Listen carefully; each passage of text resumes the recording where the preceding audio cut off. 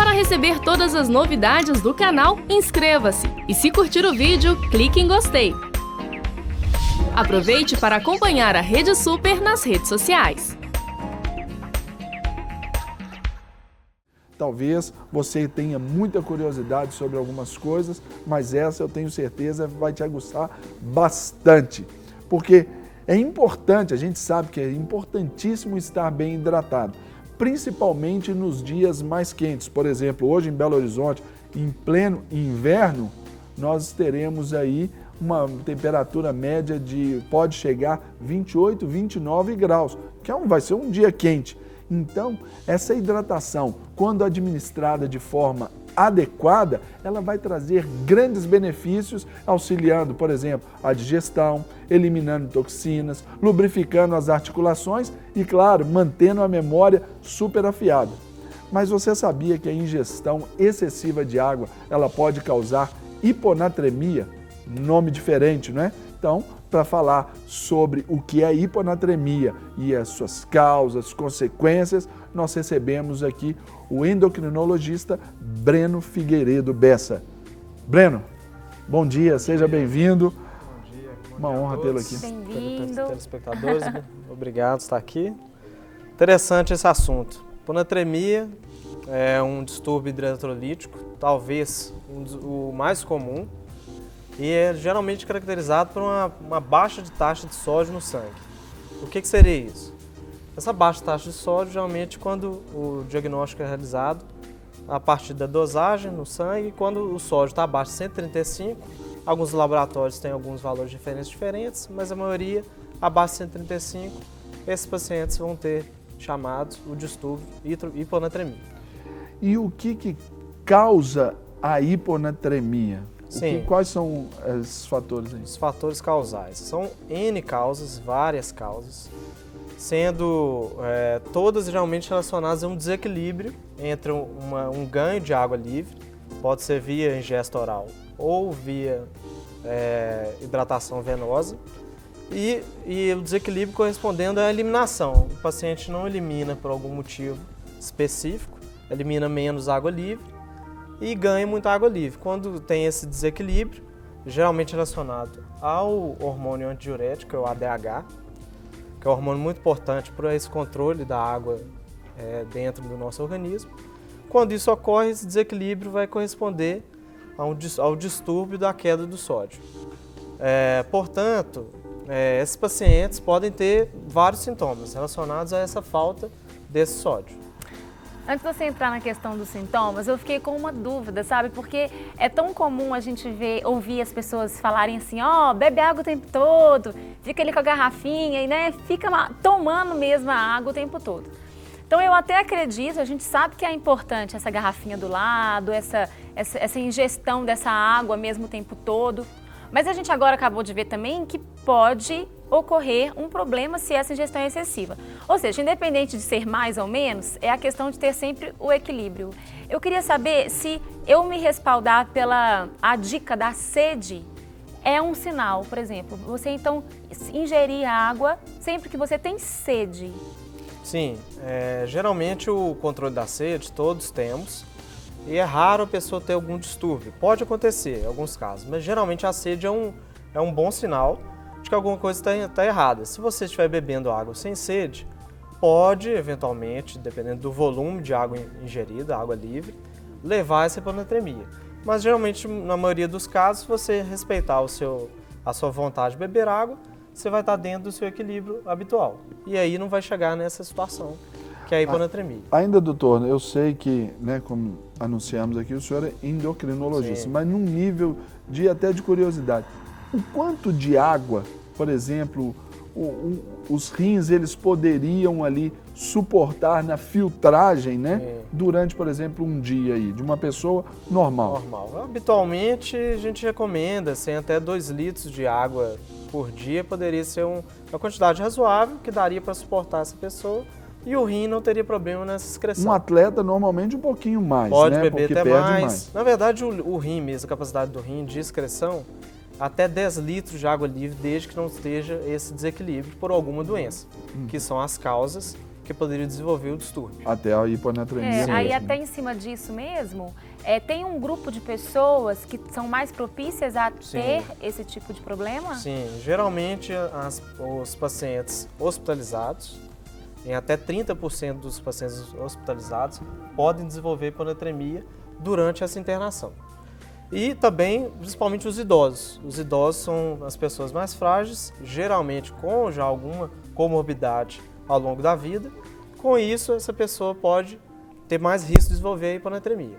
O excesso de, por exemplo, o excesso não, por tomar durante muito tempo, talvez, diuréticos, a pessoa pode desenvolver também? Sim. Os pacientes em uso principalmente de diuréticos tiazídicos, um dos principais, aí, o mais comum, muito usado, é hidroclorotiazida, um deles. Mas dependendo do paciente, se ele tiver alguma outra doença montante, esse paciente com uso excessivo do diurético pode acabar desenvolvendo a hiponatremia também. Além disso, também, pacientes em uso de medicações, é importante falar, que são os medicamentos muito usados atualmente, que são os antidepressivos. São medicamentos de ação central, que agem na questão do sistema nervoso central, para controle dos sintomas de depressão e outros. Com isso, esses medicamentos podem atuar e pode causar esse desequilíbrio na liberação do hormônio diurético. Pode levar a um aumento da produção desse hormônio, na verdade, da secreção, que a gente chama de secreção inapropriada do hormônio antidiurético. E com isso, esses pacientes vão segurar, reter água livre, vão excretar pouca água. E aí, a água que eles estiverem bebendo, consequentemente, ao longo do tempo, podem diluir esse sódio no sangue e levar essa alteração.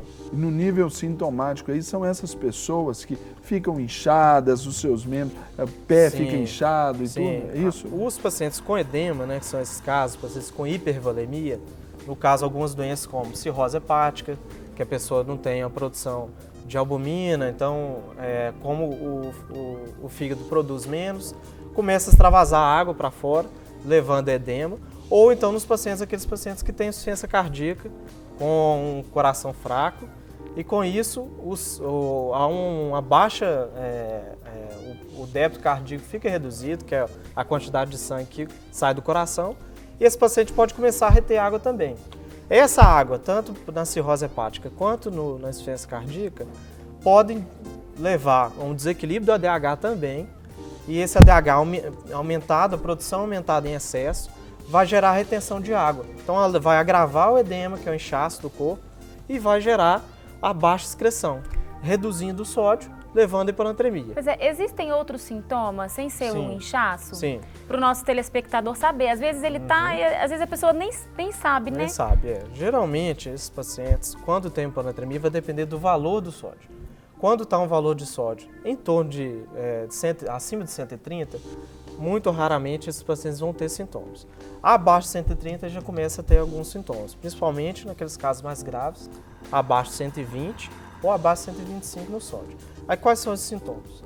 Os sintomas principais são confusão mental, isso aí é muito comum, muito frequente em hospital, internam um senhor mais idoso ou uma senhora mais idosa, e aí fica com alguma confusão mental, fica com dificuldade, esquece coisas, começa a misturar nomes, acha que está em outros locais, fica perdido, não sabe nem que está internado.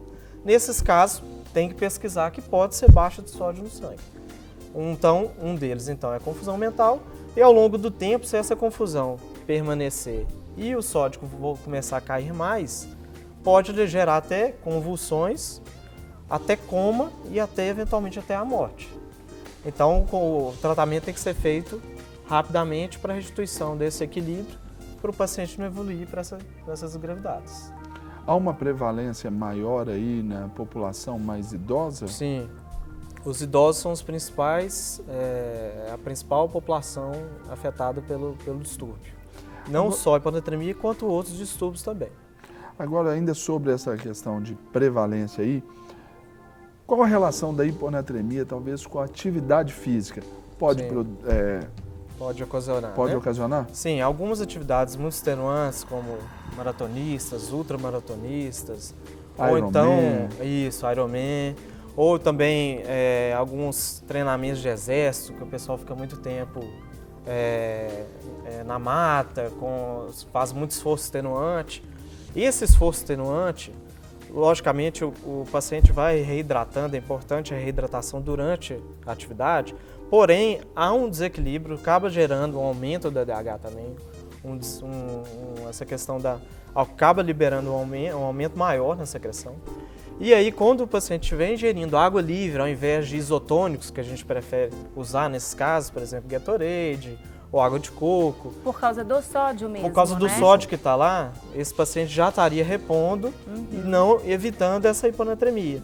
Só que quando os pacientes fazem essas atividades extenuantes e usam água livre mesmo, água pura, ele eventualmente, dependendo, pode cair, pode Pensando começar a só na reduzir o sódio. hidratação, ele pode estar ali contribuindo para eliminar o sódio que já existe, né? Isso, já que ele tem pode estar perdendo sódio via suor, além da produção do ADH, porque o ADH vai estar tentando fazer o equilíbrio na hidratação, na volemia, que é o volume de circulante no corpo desse atleta.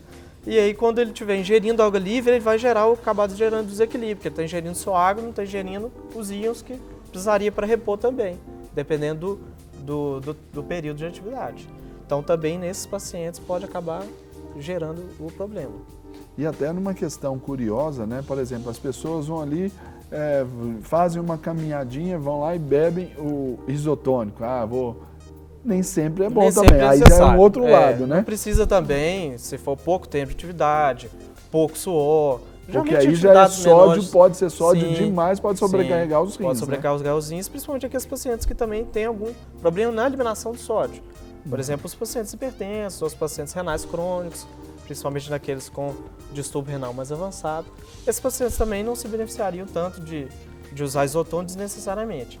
É só com atividades mais extenuantes, principalmente mais de 2 horas praticamente de atividade com um esforço moderado a alto. Aí sim esses pacientes compensariam usar isotônico.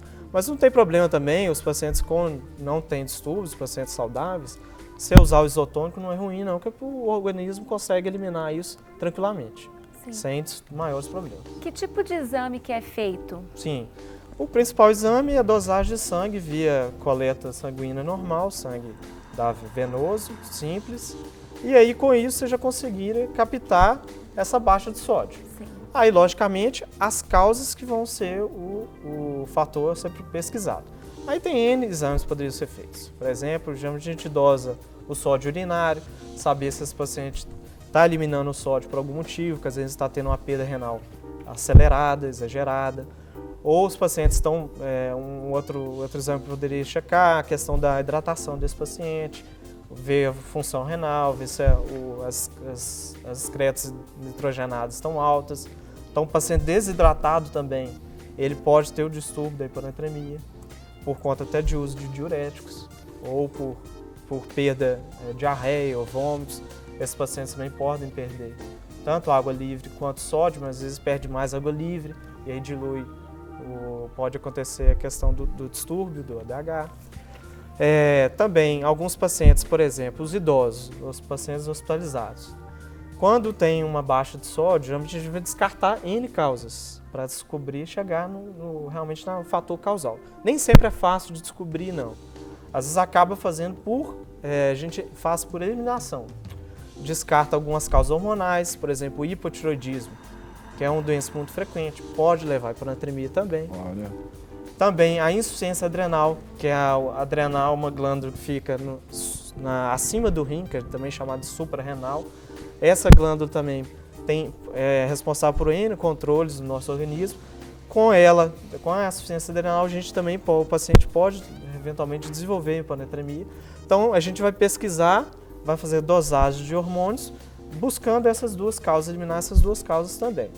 Agora, na causa principal da hiponatremia dos pacientes internados, é a secreção inapropriada do hormônio antidiurético, que é aquela questão dos pacientes que usam antidepressivos ou medicamentos que afetam o sistema nervoso central. Esses pacientes, a gente vai buscar diagnosticar essa alteração. Então, com isso, pode-se fazer exames de imagem da cabeça, por exemplo, tomografia, que dependendo uma questão, um acidente vascular cerebral, o AVC, o derrame, pode gerar uma secreção inapropriada do ADH, ou também tumores cerebrais, ou também doenças do pulmão, por exemplo, até pneumonias graves, pode gerar essa secreção inapropriada do ADH. E quadros também de tumores de pulmão também. Então também a gente poderia fazer o diagnóstico buscando essas causas para tentar chegar no fator que está gerando esse distúrbio.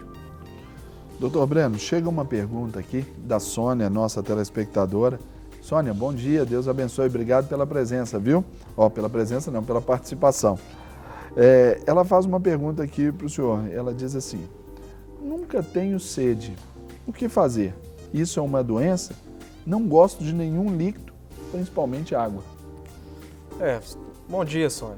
É interessante esse seu caso. Na verdade, a pessoa que não tem sede, geralmente é porque ela está bem hidratada. É raro a pessoa desidratada não sentir sede. Alguns casos, alguns distúrbios bem específicos, não são coisas tão comuns, a pessoa pode ter alguma alteração nessa questão da sede, mas não é frequente, é muito raro.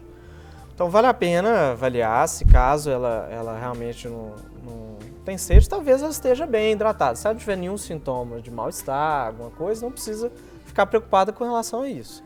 O ideal é beber sempre, porque a questão da hidratação não é só água livre. Você pode hidratar com outros líquidos, com suco, com café, eventualmente, com leite. Então, assim, a questão da hidratação não é só água livre. Então, resta saber se ela está bem hidratada, sem sintomas nenhum. Por isso ela está suprimindo o controle de sede dela, não está tendo sede eventualmente por isso. Tem frutas também que tem muita quantidade de água. Muito grande de água, às vezes, ou legumes que ela está ingerindo ali. Outra coisa, ela ganha água de outras formas. Logicamente, tudo depende da questão sintomática. Se ela está saudável, está bem, não precisa preocupar com essa questão. Agora, se ela quiser ir num médico, qual é o especialista? É o endócrino também? Também pode ser endocrinologista, pode ser clínico geral, pode ser nefrologista. Fica a dica aí, né, para Sônia. Algum neurologista, porque em alguns casos, o que é a questão? O controle da sede geralmente está localizado no sistema nervoso central, que é o anterior do nosso encéfalo, né, nosso crânio. Então, eventualmente, em alguns casos raros, pode ter alguma coisa, às vezes um tumorzinho benigno, alguma coisa discreta, que pode estar gerando esse distúrbio. Mas geralmente o paciente vai ter altos sintomas juntos com essa questão. Não é comum, saudável, ter algum problema sem ter nenhuma doença.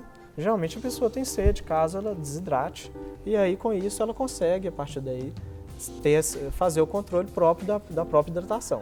Geralmente os pacientes que sofrem mais com algum distúrbio de hidroeletrolite são os pacientes ou às vezes em uso de medicamentos, ou os pacientes às vezes confusos, por exemplo, idosos, que às vezes eles não conseguem saber, geralmente não conseguem sentir sede, então não pede água, bebe pouca água. Ou os pacientes psiquiátricos também, que às vezes eles, por conta da alteração da doença deles, eles também não sentem muito bem essa percepção. Então esses pacientes são os de mais risco a desenvolver algum problema hidroeletrolítico. Para receber todas as novidades do canal, inscreva-se e se curtir o vídeo, clique em gostei. Aproveite para acompanhar a Rede Super nas redes sociais.